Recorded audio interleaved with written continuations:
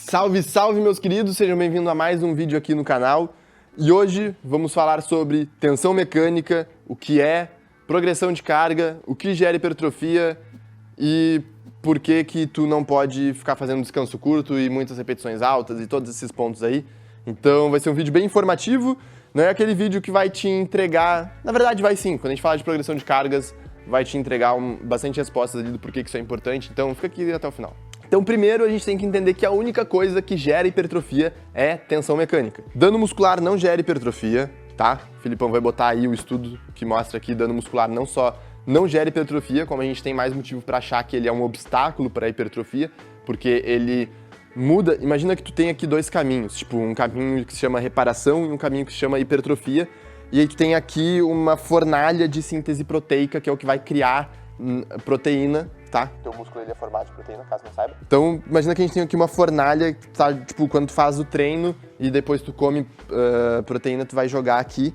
E aí a gente vai ter aqui, jogando carvão, e vai ter essa chama que vai alimentar uma das chaminés, tá? Quando a gente tem muito dano muscular, imagina que ele cria uma bifurcação aqui na chaminé da hipertrofia. Então, tipo, tá indo fumaça aqui na da hipertrofia, mas opa, vem pra cá a fumaça. E a fumaça entra nessa fumaça da reparação, certo? Então vai ser destinado primeiro para reparação tecidual. Depois, se tiver bastante fumaça aqui, tiver reparado tudo já, aí a gente vem e começa a deslocar a fumaça para hipertrofia. Então aí sim tu ganha musculatura. Por isso que o dano ele não é interessante. Quando a gente fala sobre estresse metabólico não gerar hipertrofia, a gente fala sobre... A gente tem estudos mostrando que aumentar a magnitude de hipóxia não aumenta hipertrofia. A gente tem estudos demonstrando ali sobre radicais livres não aumentarem hipertrofia. A gente tem estudos mostrando como é que funciona o treinamento por oclusão. Basicamente, quem não conhece treinamento por oclusão é um treinamento em que a gente vai aumentar basicamente a magnitude da hipóxia, porque a gente vai colocar aqui tipo um elástico que vai trancar a circulação, então tu tranca a circulação do bíceps. Com isso, tu acaba criando mais fadiga localizada, porque tu impede que os metabólitos saiam, criando mais fadiga localizada. Tu acaba acelerando o momento em que tu vai ter que realizar um esforço maior para recrutar maiores unidades motoras, e aí aquelas unidades motoras conseguem perceber a tensão mecânica, e aí acaba que tu tem mais hipertrofia por isso, e não por causa do estresse metabólico, porque não é o estresse metabólico gerando hipertrofia, tu simplesmente está usando do estresse metabólico para aumentar a fadiga, para que com cargas baixas tu consiga ter um recrutamento de unidades motoras maior, tá? E isso é muito importante da gente ter em mente, porque isso daí já muda por completo a ideia que muitas pessoas têm de tu ter que introduzir um estímulo metabólico nos teus treinos ou qualquer coisa nesse sentido. Porque se tu for introduzir um estímulo metabólico no teu treino convencional, tu vai estar fazendo nada mais do que só gerar mais fadiga a troco de nada para obter o mesmo estímulo que tu obteria utilizando um estímulo tensional, vamos dizer assim. Eu não gosto muito de usar essas palavras porque não existe isso de estímulo tensional e estímulo metabólico.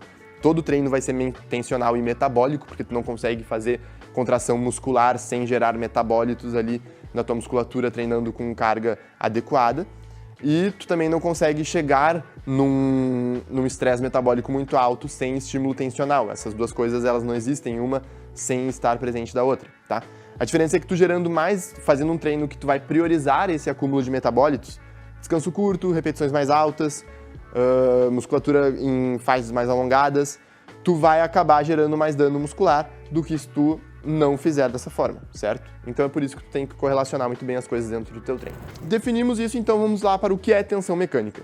Tensão mecânica é simplesmente uma relação de força-velocidade que a tua musculatura percebe. A tua musculatura tem o que a gente chama de mecanorreceptores, tá? Que vão fazer basicamente a tradução desse estímulo mecânico que elas estão sofrendo, que é uma relação de força-velocidade, e vão fazer essa tradução em diversos sinais biológicos que vão desencadear a sinalização para hipertrofia. Entendam como isso. Por que uma relação de força-velocidade? Por que a tensão mecânica é uma relação de força-velocidade, Brunão? Eu achei que eu estaria botando mais carga ali, eu ia ter mais tensão mecânica. Não. Imagina um gráfico assim. Filipão, vai ter que desenhar esse gráfico, tá? Porque aqui a gente vai ter um eixo de força e aqui a gente tem um eixo de velocidade. Quanto maior a velocidade, menor é a força. Quanto menor a velocidade, maior é a força. Então, isso... Prestem bem atenção, eu vou falar isso só no YouTube porque eu tenho bastante tempo para explicar e as pessoas não vão achar que eu tô dizendo para tu fazer lentinho para pegar mais. Mas, se eu tenho um objeto aqui na minha mão, no caso meu telefone, e eu estou fazendo esse movimento aqui de maneira bem lenta, As fibras que estão sendo solicitadas para fazer esse movimento estão experienciando alta tensão mecânica, porque elas estão contraindo a uma velocidade muito lenta para permitir que eu levante o objeto. Brunão, então por que eu não obtenho hipertrofia fazendo o movimento lentinho aqui na academia de forma voluntária? Porque, meus queridos, aí tu não tem um recrutamento de altas unidades motoras, tá? Principalmente as de alto limiar. Por que é importante ter recrutamento das unidades motoras de alto limiar? Porque quanto mais distante, assim, vamos entender como é que funciona o recrutamento de unidades motoras, tá? Sempre que a gente precisa recrutar ali as fibras na musculatura, vamos dizer assim, eu já falei pra vocês que unidade motora é mais do que só a fibra, mas eu vou me referir à fibra porque fica mais fácil de vocês entenderem, tá? Então, sempre que a gente precisa recrutar as fibras ali pra realizar determinado exercício, a gente cria um impulso elétrico aqui no nosso cérebro. Esse impulso elétrico, ele é disparado para a nossa musculatura, tá? Esse impulso elétrico, ele é diretamente ligado com a tarefa que a gente vai estar fazendo de forma voluntária. Então, se eu quiser fazer isso aqui de forma muito rápida, eu vou disparar um impulso elétrico onde eu vou recrutar mais unidades motoras, porque eu vou estar criando uma relação de potência, certo? Só que a velocidade é muito rápida, então é pouca tensão mecânica que essas fibras selecionadas estão experienciando, e é por isso que a gente também não tem hipertrofia. Só que, se eu estou fazendo um movimento bem lentinho, bem cadenciado, de forma voluntária, porque a resistência é muito leve, ou seja, se eu quisesse eu podia fazer rápido, mas eu estou fazendo lentinho voluntariamente, eu estou selecionando as menores fibras nesse impulso elétrico. Imagina que quanto maior a dificuldade da tarefa, maior é o impulso elétrico que tu vai emitir, tá? Então, se tu emite um impulso elétrico assim, tu vai ter fibras aqui que vão ser assim, assim, assim, assim, assim, assim e assim. Se tu emite um impulso elétrico desse tamanho, tu vai pegar todas essas fibras pequenininhas que tem no caminho até chegar na desse tamanho aqui. E aí, se tiver uma desse tamanho aqui logo depois, tu já não pega ela. Vamos imaginar que as fibras, quanto mais distantes elas são, mais capacidade de hipertrofia elas têm. Por quê? Porque a tendência é que elas sejam mais glicolíticas e menos oxidativas. E a gente tem uma coisa que se chama esqueci agora exatamente o nome do princípio, mas é basicamente o princípio de tamanho do músculo esquelético, se eu não me engano isso. É diferente do princípio de tamanho de Henneman, tá? É diferente disso. Então, se você já entende um pouco mais de fisiologia e tá achando que eu tô falando do princípio de tamanho de Henneman, não é. Tô falando do princípio de tamanho do músculo esquelético. O que esse princípio diz? Ele dita o tamanho que uma fibra muscular pode ter. Como que é ditado isso? Imagina que uma fibra muscular, para ela captar energia, vamos dizer assim, ela capta pelas extremidades, tá? Pelo perímetro dela, certo? Então, o que vai determinar o tamanho que uma fibra muscular pode ter é o quanto o perímetro dela vai ser capaz de captar a energia que ela utiliza. Fibras mais oxidativas vão precisar de mais oxigênio, por exemplo, e elas vão precisar, então, ter elas não vão poder ter um volume interno muito grande, porque senão o perímetro que elas têm não seria capaz de fornecer suficiente energia para essa energia que elas precisam aqui, tá? Para esse volume de unidade que elas têm aqui. Então é basicamente isso que determina o quão uma fibra pode crescer. E é por isso que fibras mais glicolíticas vão ter uma possibilidade de crescimento maior, justamente porque elas vão utilizar menos oxigênio, tá? Nenhuma fibra tua vai crescer mais do que ela pode botar de oxigênio para dentro, porque senão ela começaria a gradativamente morrer, justamente porque tu não está fornecendo oxigênio para ela, certo? E aí essas fibras iniciais, que são, por exemplo, as que a gente está utilizando diariamente quando a gente vai fazendo atividades que não exigem muito esforço, elas são mais oxidativas, então elas já estão hipertrofiadas ao nível máximo delas. Por isso eu posso ficar fazendo bem lentinho aqui o dia inteiro que eu não vou ter hipertrofia, certo? Basicamente isso. Então é por isso que fazer lentinho, apesar de as fibras que estão ali fazendo lentinho estarem experienciando uma alta tensão mecânica, elas não vão hipertrofiar porque muito provavelmente elas já estão no máximo de hipertrofia que elas podem ter. E aí no momento em que fazendo lentinho, tu acabar gerando muito fadiga, tu vai acabar recrutando mais unidades motoras, e daí, fazendo lento, essas unidades motoras recrutadas vão experienciar a tensão mecânica, e aí sim tu pode ter mais hipertrofia. Mas por que isso não é interessante? Porque se tu gerar muita fadiga, tu vai começar a ter uma percepção de esforço muito alta. Toda vez que tu gera esse impulso elétrico para recrutar unidades motoras, tu duplica esse impulso elétrico numa unidade do teu cérebro ali que percebe isso como um esforço que tu está realizando. E aí, se chega um momento em que tu atinge o teu máximo esforço tolerável, tu simplesmente não consegue mais recrutar unidades motoras e tu encerra a série ali. Então isso é uma coisa que é muito interessante da gente entender também, que tu não falha porque o teu músculo não consegue mais produzir força, e simplesmente porque tu atingiu ali o teu máximo de esforço tolerável, então teu cérebro não consegue aguentar uma percepção de esforço maior, então ele não consegue mais recrutar unidades motoras e a tarefa se encerra. Tem uma forma muito legal de tu ver isso realmente, de que, tipo assim, não encerra o exercício porque a tua musculatura não aguenta mais, e sim porque tu não aguenta mais o esforço que tu tá realizando. E é basicamente, tem o Paul Carter e um pesquisador brasileiro muito bacana que eu acompanho bastante, que é o Cassiano Ítalo, recomendo que vocês sigam ele lá no Instagram, fizeram que é basicamente tu vai realizar uma rosca direta bilateral, tá? Então tu vai estar fazendo ali com o halter os dois lados ao mesmo tempo. No momento que tu falhou com os dois braços, então, tu fazendo com os dois braços, tu falhou, não conseguiu completar a repetição, solta um halter e tenta fazer apenas com um dos braços. Tu vai conseguir pelo menos mais uma ou duas repetições fazendo apenas com o braço. Por quê? Porque tu diminuiu a quantidade de massa muscular que tu está selecionando para realizar o movimento, então tu diminuiu a percepção de esforço que tu tem, logo tu consegue aumentar um pouco mais o recrutamento de unidades motoras, tu consegue reproduzir mais ali na tarefa. E é basicamente isso, tá? É basicamente isso. Então, entendemos o que é tensão mecânica, entendemos porque, apesar de tensão mecânica ser uma relação de força-velocidade, mesmo fazendo lentinho, tu não hipertrofia. Agora, passamos para... importante, daí então, por que a gente precisa chegar próximo da falha? Justamente por quê? A gente, então, tem tensão mecânica, se a gente simplesmente fazer lento, a gente vai ter altos níveis de tensão mecânica sendo percebidos pelas fibras que estão sendo solicitadas. A diferença é que a gente tem pouco recrutamento de fibras porque o esforço é baixo, logo, a gente não cria uma necessidade de recrutar mais fibras, tá? Só que quando a gente chega próximo da falha, o nível de esforço é muito alto. Logo, o nosso cérebro ele vai recrutar cada vez mais unidades motoras para que a gente consiga seguir completando a tarefa. E isso até um teto de máximo esforço que a gente consegue aguentar. Basicamente isso. Por que é importante a gente chegar próximo da falha? Porque a gente vai ter duas coisas, altos níveis de tensão mecânica e muitas fibras experienciando altos níveis de tensão mecânica. E é aí que a gente tem uma boa hipertrofia. Entenderam agora? Espero que sim. Espero que tenham conseguido entender toda essa relação. Caso não tenha entendido, retorna um pouquinho. Caso mesmo não tenha entendido assistindo de novo, deixa aqui nos comentários o que exatamente tu não entendeu, isso é muito importante para que eu consiga ir melhorando aqui a didática dos vídeos, tá? Então entendemos agora o que é tensão mecânica, por que fazendo lentinho eu não tenho hipertrofia, entendemos como é que funciona a falha, por que tu falha em cada série, tá? E a gente entendeu por que chegar próximo da falha é importante, porque o recrutamento de unidades motoras é importante também. Show de bola! Brunão, mas olha só, se o que é importante é eu chegar próximo da falha, e o que vai gerar tensão mecânica não é a carga que eu estou utilizando, e sim essa diminuição de velocidade, que é involuntária próximo da falha, por que eu tenho que utilizar, então, a progressão de cargas no meu treino? Por que eu tenho que progredir cargas? E a resposta é muito simples. Se o teu treino está bem estruturado, a tendência é que, ao longo das semanas, tu tenha adaptações que vão causar um aumento de força, tá? Isso é uma coisa que é bacana de entender. A força, ela não é uma adaptação, ela é uma consequência de adaptações. Eu vou explicar isso pra vocês, mas é importante tu entender isso, porque isso te mostra muito claramente que se tu não está progredindo ao longo do tempo, tu não está evoluindo. Se ao longo das semanas, tu vai ter adaptações que vão gerar aumento na tua força. Então, se hoje tu tá fazendo 40 quilos vezes 10 repetições, ao longo das semanas, o teu treino estando bem estruturado, a tendência é que tua força aumente.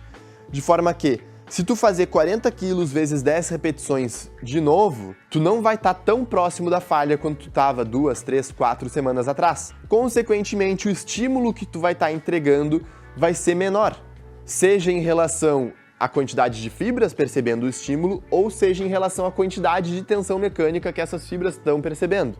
Por isso que é importante ao longo das semanas tu aumentar ou carga ou repetições, porque a tua força vai aumentar, então tu precisa aumentar ou carga ou repetições para te manter na mesma proximidade da falha que tu esteve nas semanas anteriores, para seguir entregando a mesma dose de estímulo.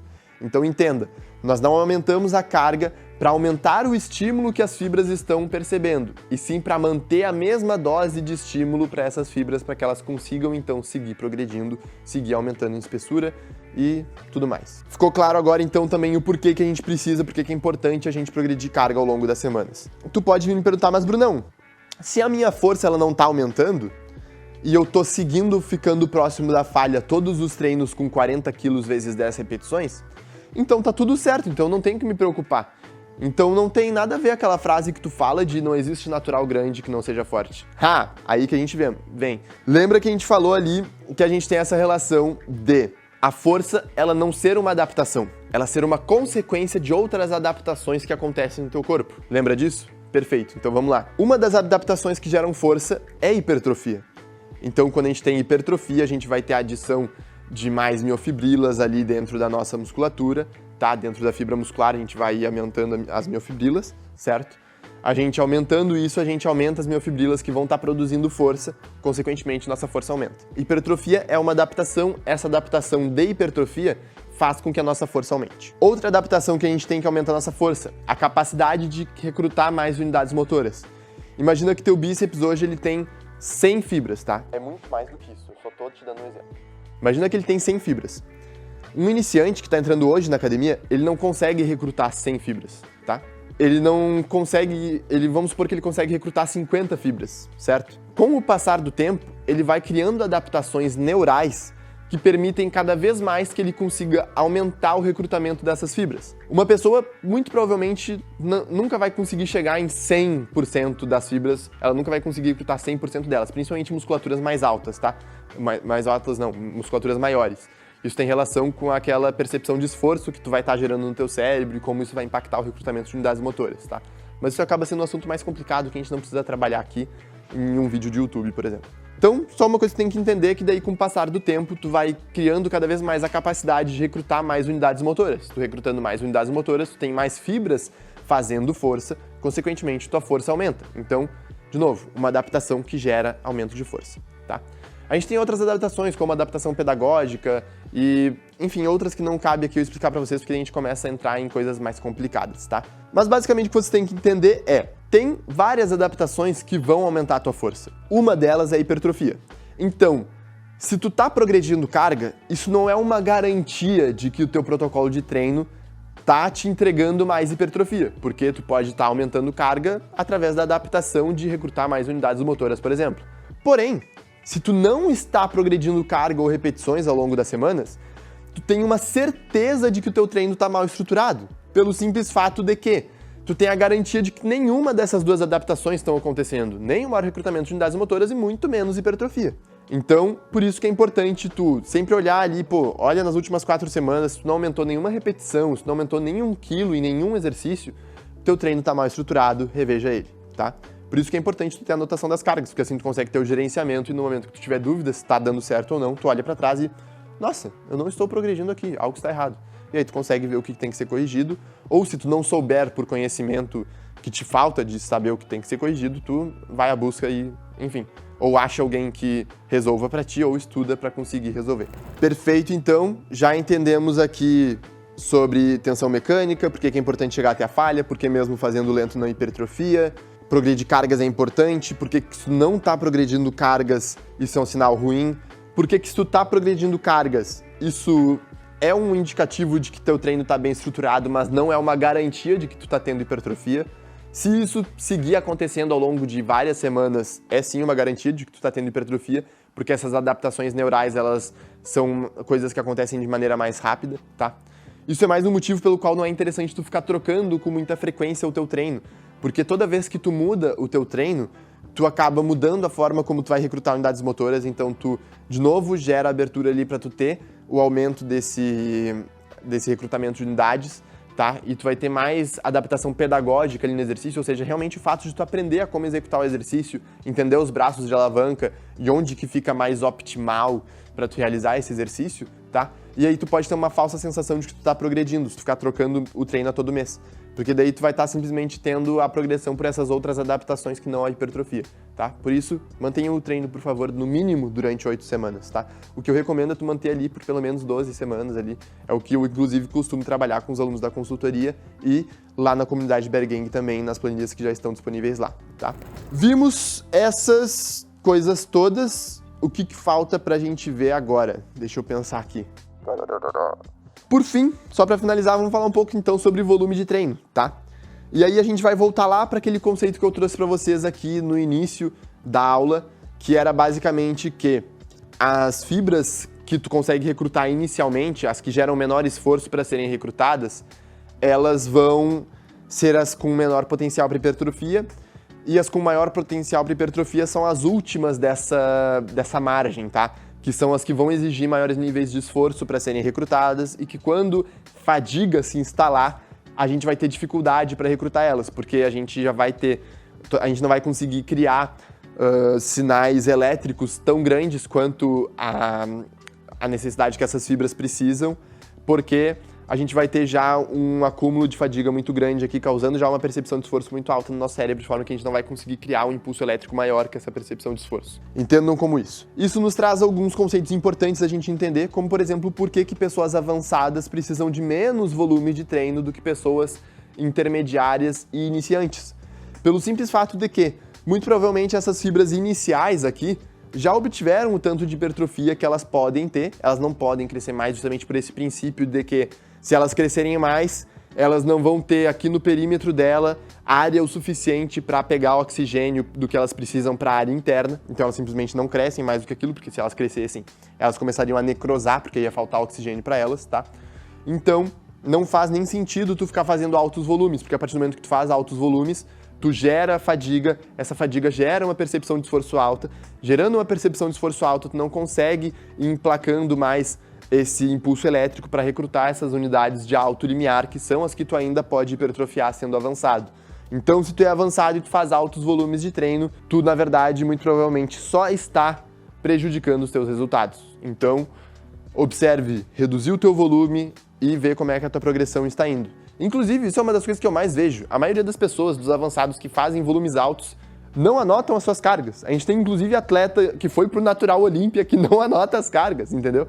Então, de novo, fica um exemplo daquilo que tu tem que pensar sempre do ele faz porque dá certo ou dá certo porque ele faz. Ou seja, dá certo porque, apesar de não ser correto, ele tem uma boa genética e, mesmo assim, ele consegue ter resultados fazendo coisas que não são ideais para uma pessoa que quer obter os melhores resultados. E antes que vocês comecem com um hatezinho, não, eu não estou falando do Ícaro e eu não estou dando hate em nenhum atleta. Eu só estou dizendo para vocês não olharem e tipo, aquele cara lá faz alto volume, então aquilo lá é a melhor opção. Não, não é. Ele só simplesmente não, faz nada analisando muito o treino dele. Ele só vai lá e treina. Inclusive os treinos dele mudam rápido, porque ele não faz nenhum gerenciamento. Ele só pensa em chegar lá e esgotar a musculatura dele. Isso pode parecer interessante olhando de fora, porque daí tu sai e tu sente, cara, nossa, eu treinei bem, a musculatura tá fadigada. Mas tem uma pessoa que eu inclusive recomendo que vocês sigam também, que é o Bruno Piske, tá? @bruno.piesque, esse que é com K-E, certo? E ele tem uma frase que eu gosto bastante, que é, na sala de musculação, a gente não existem pensamentos e sentimentos. Então tu não tem que se importar se tu tá sentindo a tua musculatura, não tem que importar se tu tá sentindo algo. Tu vai e tu olha, a execução tá correta, perfeito, mantém. Tu vai e tu olha, bom, dei o volume adequado, tô sentindo que eu posso fazer mais. Cara, deu o volume adequado, não te preocupa em fadigar a tua musculatura, te preocupa em entregar um bom estímulo. Porque se tu eu vou sair daqui até eu não aguentar mais fazer ali, sair com o meu braço moído, aí tu só vai estar acumulando muita fadiga, muito provavelmente tu vai estar acumulando mais dano muscular. A gente tem uma relação de o dano muscular, inclusive acho que tá faltando um vídeo sobre fadiga aqui mais detalhado no canal, se vocês quiserem, comentem aqui. Mas o dano muscular é uma das coisas que aumenta a fadiga pós-treino também, então vai impactar nos outros treinos. O dano muscular que tu gera hoje no teu treino de bíceps vai impactar negativamente o teu treino de pernas, porque isso vai gerar um feedback negativo no teu sistema nervoso central, aumentando a fadiga desse treino. Olha só, mais um motivo pelo qual não é interessante tu fazer alto volume, viu? É isso aí, acho que ficamos por aqui. Foi um videozinho que te trouxe não te trouxe nenhuma quick win, no sentido de, eu vou hoje mudar isso aqui no meu treino, mas com toda certeza te fez perceber melhor como que tu tem que avaliar tua progressão e todos esses detalhes aí. Então esse é o vídeo de hoje, fico muito feliz que tenha ficado até o final. A hashtag desse vídeo aqui, do Tensão Mecânica, vai ser hashtag tensão, tá? Então comenta a hashtag tensão, se tu tiver alguma dúvida, ela tem mais probabilidade de ser respondida com a hashtag da palavra mágica. Compra teus suplementos na Growth com o cupom Brunão, isso me ajuda muito, ajuda a seguir produzindo conteúdo aqui pra vocês. Eu quero esse ano conseguir focar mais do que eu foquei no YouTube ano passado, tá? Então, mete marcha lá no cupom pra ajudar a gente.